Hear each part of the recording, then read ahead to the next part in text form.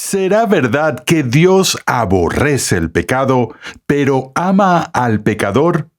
Tenemos una tendencia a pensar que el aborrecimiento es absolutamente impropio de Dios.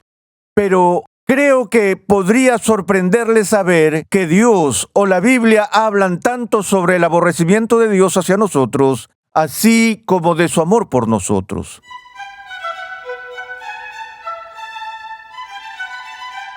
Bienvenido a Renovando tu Mente con el Dr. R.C. Sproul, mientras continuamos con una edificante serie de enseñanza de 11 lecciones titulada Amados por Dios. En esta serie, el Dr. Sproul explora la enseñanza bíblica sobre el amor divino y sus implicaciones para la forma en que debemos amar a Dios y a los demás. Recuerda visitar nuestra página web renovandotumente.org, donde podrás solicitar gratuitamente la guía de estudio de esta nueva serie. Estamos acostumbrados a pensar que Dios es incapaz de aborrecer a sus criaturas. Pero en este episodio veremos que no tiene sentido decir que Dios aborrece el pecado, pero ama al pecador. Dios no envía el pecado al infierno. Él envía a los pecadores al infierno porque son objeto de su ira.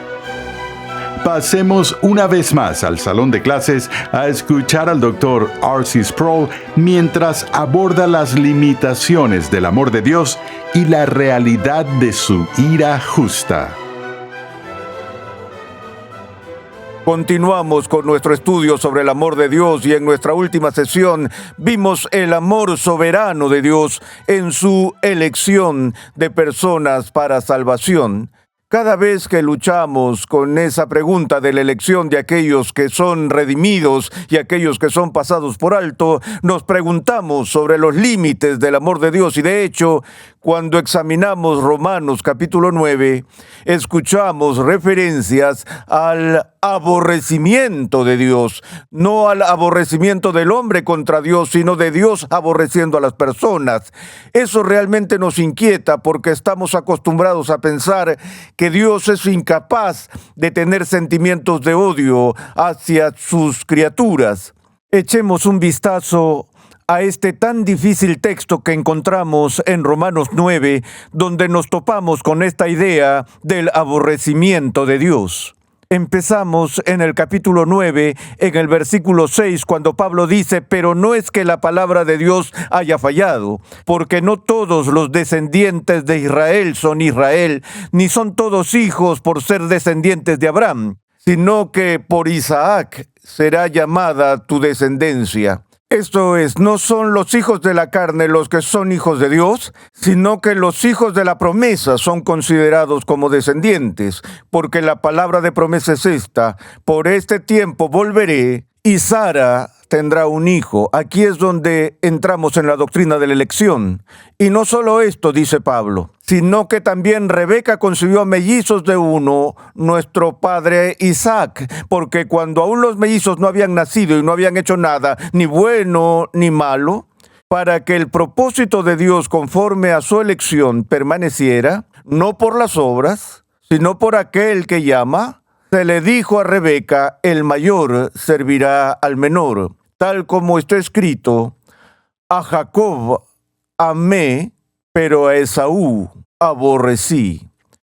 Fue allí que Pablo planteó la pregunta, anticipando las reacciones de sus lectores. ¿Qué diremos entonces? ¿Que hay injusticia en Dios? De ningún modo, porque él dice a Moisés: tendré misericordia del que yo tenga misericordia. Aquí está la soberanía de la gracia de Dios. Tendré compasión del que yo tenga compasión. Así que no depende del que quiere, ni del que corre, sino de Dios que tiene misericordia. Luego en el versículo 18, así que Dios tiene misericordia del que quiere y al que quiere endurece. Ahora aquí, al tratar con esta doctrina, tenemos la declaración más difícil de todas: a Jacob amé, pero a Esaú aborrecí. Cuando Pablo usa ese lenguaje, lo precede con las palabras como está escrito. porque lo que escribe en Romanos 9 con respecto al aborrecimiento de Dios hacia Esaú es una cita directa del primer capítulo del libro del Antiguo Testamento del profeta Malaquías. Es ahí que leemos por primera vez el texto sobre Dios aborreciendo a personas. En el primer capítulo, les refrescaré la memoria y vayamos al primer capítulo, oráculo de la palabra del Señor a Israel por medio de Malaquías. Yo los he amado, dice el Señor. Pero ustedes dicen, ¿en qué nos has amado? ¿No era Esaú hermano de Jacob?, declara el Señor. Sin embargo, yo amé a Jacob y aborrecí a Esaú. ¿Cómo debemos entender esto? Hay muchas maneras de abordar este texto difícil y diferentes comentaristas lo han abordado de diferentes maneras. El método estándar para interpretar este texto difícil es ver estas palabras primero a través de Malaquías y luego según son repetidas por el apóstol Pablo en Romanos, tan solo como una manera de hablar. Una forma de expresión hebrea, un hebraísmo, una especie de expresión idiomática que no debe tomarse en un sentido literal directo, sino que simplemente expresa la idea de cierto tipo de preferencia. Y hay un trasfondo bíblico y un precedente para interpretar palabras de este tipo en esta forma de hablar como una forma de preferencia, que si lo tradujéramos de esa forma diríamos que Dios solo está declarando que ha preferido a Jacob sobre Esaú, o que su amor por Jacob es mayor que su amor por Esaú. Él los ama a ambos, pero ama a uno más que al otro. Y para expresar la preferencia y la mayor intensidad de amor que tiene por Jacob sobre Esaú, a modo de contraste, el mayor amor que Dios tiene por Jacob hace que el amor que tiene por Esaú parezca como aborrecimiento si se comparan. De nuevo, tenemos una base histórica y un fundamento para esto en el Antiguo Testamento. Echemos un vistazo al pasaje tal como lo encontramos en el libro de Génesis. En el libro de Génesis, en el capítulo 29, tenemos el relato de la relación de Jacob con sus dos esposas, Raquel y Lea. Recuerden cómo había sido engañado por su suegro Labán cuando firmó un acuerdo por el cual serviría a Labán durante 7 años y que el fruto de esa servidumbre sería que Labán le daría a su hija Raquel en matrimonio. Después de que él trabajó esos 7 años, entre tanto, la hija mayor no se había casado, por lo que Labán se queja del acuerdo y le impone a Jacob a su hija Lea y le dijo, si quieres a Raquel, vas a tener que casarte primero con Lea y trabajar otros 7 años para conseguir a Raquel. Bueno, él está tan comprometido con Raquel que va y lo acepta para ganar su mano en matrimonio. Entonces veamos ahora a esta familia que se formó de esa manera. Leemos en el versículo 31 del capítulo 29 de Génesis. Vio el Señor que Lea era aborrecida. Noten que la descripción aquí de la relación que Jacob tiene hacia Lea, su primera esposa, es que Lea no es amada y le concedió hijos, pero Raquel era estéril. Y concibió Lea y dio a luz un hijo y le puso por nombre Rubén, pues dijo, por cuanto el Señor ha visto mi aflicción, sin duda ahora mi marido me amará.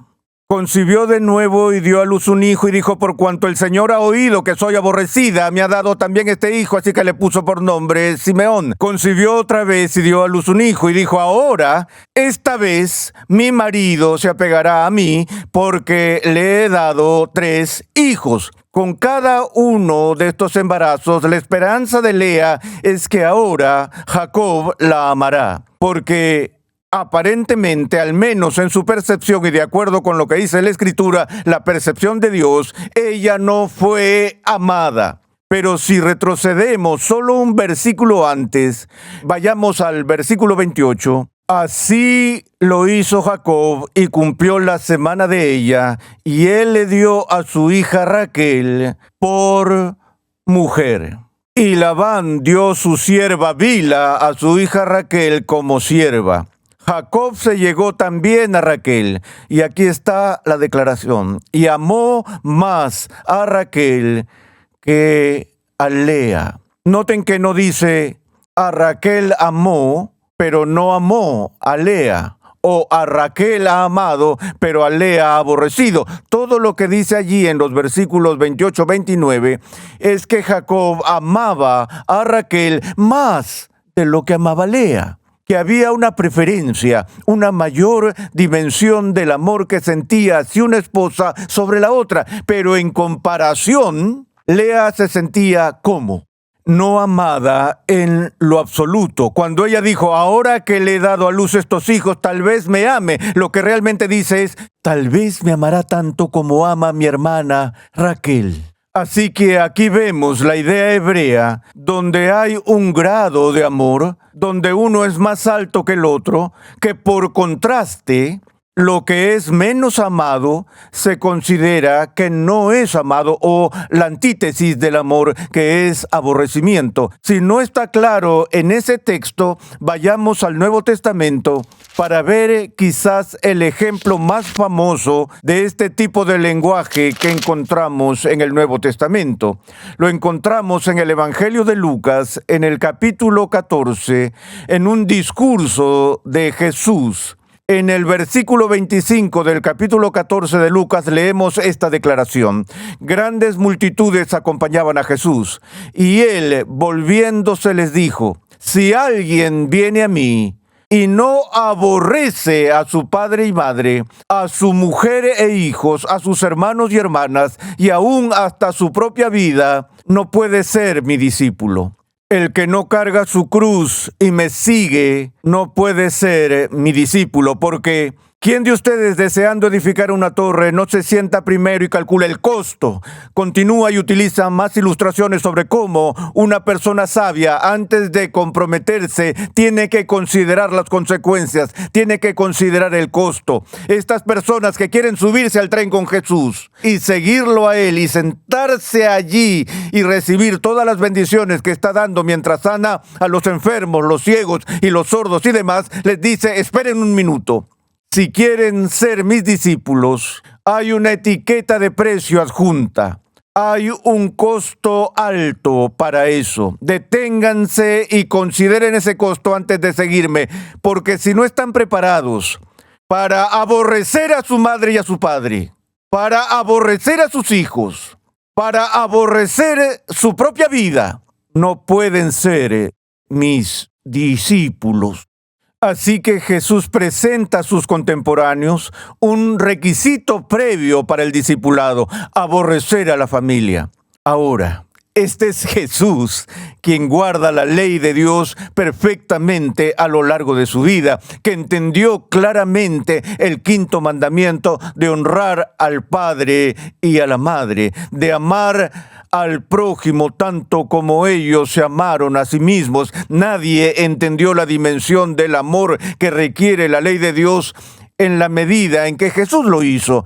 Quiere decir, literalmente, que si quieres unirte a mi grupo de discípulos, debes estar lleno de hostilidad, enemistad y aborrecimiento hacia tus padres. ¿Debes aborrecer a tus hijos? No, de nuevo, está usando este modismo hebreo de preferencia. Él está diciendo, voy a requerir tal compromiso de tu parte, tal devoción, tal amor, que si quieres ser mi discípulo, entonces se vería en comparación como si estuvieras aborreciendo a tus padres y aborreciendo a tu propia familia y aborreciendo a tus hijos y aborreciendo tu propia vida en comparación.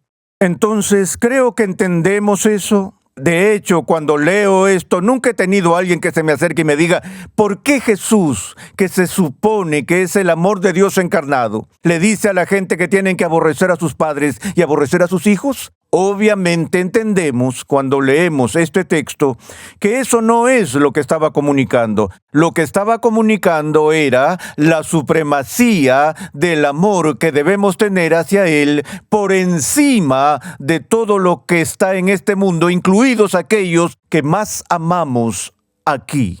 Ahora, habiendo visto algunos de estos ejemplos en la Biblia, podríamos llegar fácilmente a la conclusión y decir, bueno, en realidad no nos tenemos que preocupar de que Dios sienta aborrecimiento hacia las personas o algo parecido a eso. Tenemos una tendencia a pensar que el aborrecimiento es absolutamente impropio de Dios.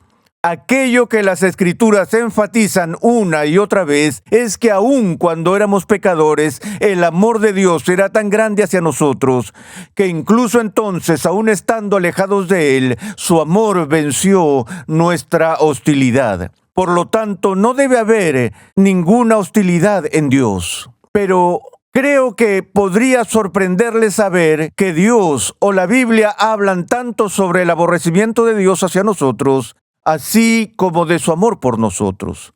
No creo que responda la pregunta completamente tan solo ver estas expresiones como hebraísmos o modismos de preferencia, porque hay una dimensión en la actitud de Dios hacia el pecador que refleja una especie de disgusto total y un carácter repugnante que Dios tiene hacia su raza rebelde de seres humanos. Cuando se enoja con Israel, dice a través de la voz de los profetas: desprecio sus fiestas, aborrezco sus asambleas solemnes, me enferman, los sacrificios que ofrecen en su hipocresía se han vuelto un olor repugnante para mí. Es un lenguaje fuerte que indica una furia de Dios hacia la hipocresía entre su propio pueblo. Pero volvamos por un momento, si me permiten, de nuevo al Antiguo Testamento, a los Salmos, donde vemos el quinto Salmo, empezando en el primer versículo, Salmo 5, donde vemos un llamado a la atención que empieza con estas palabras. Escucha mis palabras, oh Señor, considera mi lamento. Aquí el salmista está orando a Dios. Atiende a la voz de mi clamor, Rey mío y Dios mío, porque es a ti a quien oro. Oh Señor, de mañana oirás mi voz. De mañana presentaré mi oración a ti y con ansias esperaré. Ahora escuchen cómo el salmista, bajo la inspiración del Espíritu Santo, describe el carácter de Dios. Porque tú no eres un Dios que se complace en la maldad. El mal no mora en ti. Recordemos la queja de Habacuc cuando Dios estaba tolerando el mal sin control y sin castigo en la nación y no podía entenderlo. Él dijo: Dios, tú eres un Dios que es tan santo que ni siquiera puedes mirar el mal. Es el mismo sentimiento que el salmista está describiendo aquí. Dice: los que se ensalzan no estarán delante de tus ojos. Aborreces a todos los que hacen iniquidad. Destruyes a los que hablan falsedad. El Señor aborrece al hombre sanguinario y engañador. ¿Ven eso? 2 veces en esta sección del Salmo, el salmista habla del aborrecimiento de Dios hacia los malvados. Aborreces a todos los que hacen iniquidad. Luego, aborreces al hombre sanguinario y engañador. No es que Dios esté un poco perturbado con la persona sedienta de sangre, con la persona que es un mentiroso y un tramposo y engañador. Es que Dios los aborrece. Eso es intenso. Creo que tenemos que tomarnos eso en serio. Ahora, siempre usamos el cliché: Dios aborrece el pecado, pero ama al pecador. Eso es una tontería. Dios no envía el pecado al infierno, envía al pecador al infierno, porque aborrece al pecador impenitente que se convierte en el objeto de su ira. La razón por la que luchamos con estas diferencias en las que por un lado la Biblia habla de la increíble dimensión del amor de Dios, mientras que siendo aún pecadores Él nos ama, y sin embargo por otro lado habla de que nos aborrece y que somos repugnantes ante sus ojos y Él no puede soportar siquiera vernos debido a nuestra iniquidad. Lo que esto dice por encima de todo, señores y señoras, es que hay un límite para el amor de Dios. No podemos entender el amor o la actitud de Dios hacia su creación caída como algo que es exclusivamente de amor. Porque la Biblia atenúa la exaltación de la majestad trascendente del amor de Dios con estas advertencias del límite de su amor, más allá del cual hay ira divina y hay aborrecimiento divino. Sé que lo que estoy diciendo aquí va en contra del mensaje que se predica todos los días en nuestra cultura y en nuestra tierra. Hay un concepto que escucho todo el tiempo de los predicadores que nunca encuentro en las Escrituras, y es este concepto: el amor incondicional de Dios. Voy a explorar esto con mayor detalle en nuestra próxima sesión. Pero por ahora solo quiero decir esto. Primero quiero hacer una pregunta. ¿De dónde vino esta idea de que el amor de Dios es incondicional? ¿Qué comunica este concepto? Supongamos que estoy predicando a los no creyentes y les digo a esas personas: Dios te ama incondicionalmente.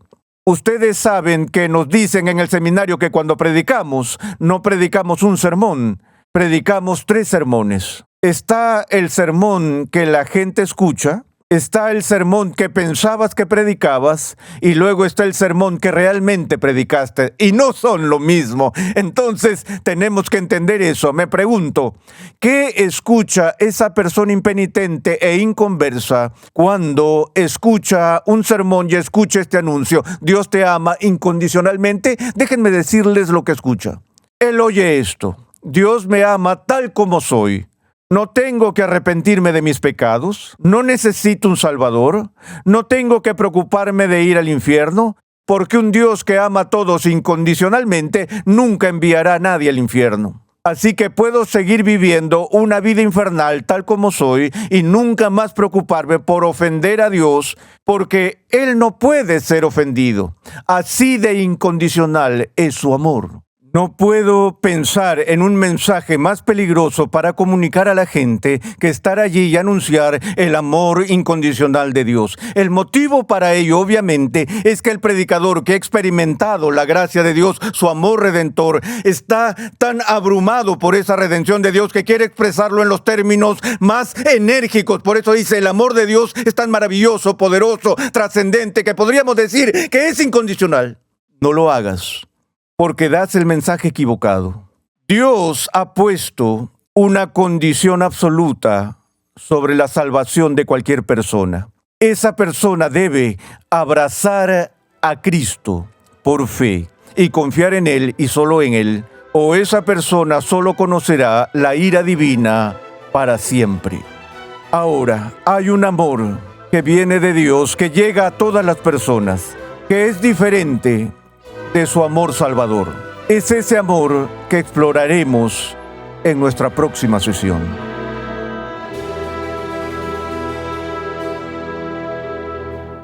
Estás en sintonía de Renovando tu Mente con el Dr. R.C. Sproul. En este episodio hemos visto que el concepto del amor incondicional de Dios no es un concepto bíblico. Dios ha puesto condiciones absolutas sobre la salvación de cualquier persona: abrazar a Cristo por fe y confiar en Él y solo en Él. ¿Quieres profundizar en tu conocimiento de las Escrituras? Conexión Ligonier permite a cristianos en crecimiento estudiar en línea gracias a una amplia biblioteca de cursos interactivos en video impartidos por el fundador de Ministerios Ligonier, el Dr. R.C. Sproul, y otros destacados pastores, teólogos y expositores cristianos. Cada curso contiene herramientas de estudio para ayudarte a aplicar lo que estás aprendiendo, incluyendo pruebas opcionales, preguntas de discusión, así como también la facilidad de visualizar tu avance en cada paso. Tienes la flexibilidad de tomar todos los cursos que quieras, cuando y donde quieras y al ritmo que más te convenga. Para más información visita conexionligonier.com. Como juez justo y recto que no se deleita en la muerte de los impíos, Dios siempre decreta y hace lo correcto. Sus juicios se basan permanentemente en su buena voluntad inherente hacia su pueblo. En el siguiente episodio de Renovando tu Mente, R.C. Sproul expone cómo el amor de Dios está inseparablemente conectado con su bondad, lo cual se demuestra finalmente en bendiciones beneficiosas para un mundo que lo odia y lo maldice. Escucha un avance de nuestro próximo programa. La beneficencia o el amor divino de beneficencia tiene que ver con su actividad hacia las criaturas de este mundo, que sus buenas acciones fluyen de su buena voluntad. Renovando tu Mente es una producción de los Ministerios Ligonier, la confraternidad de enseñanza fundada por el Dr. R.C. Sproul. Nuestra misión, pasión y propósito es ayudar a las personas a crecer en su conocimiento de Dios y su santidad. Te invitamos a escuchar nuestro siguiente episodio y a unirte a nuestra gran comunidad virtual en las redes sociales.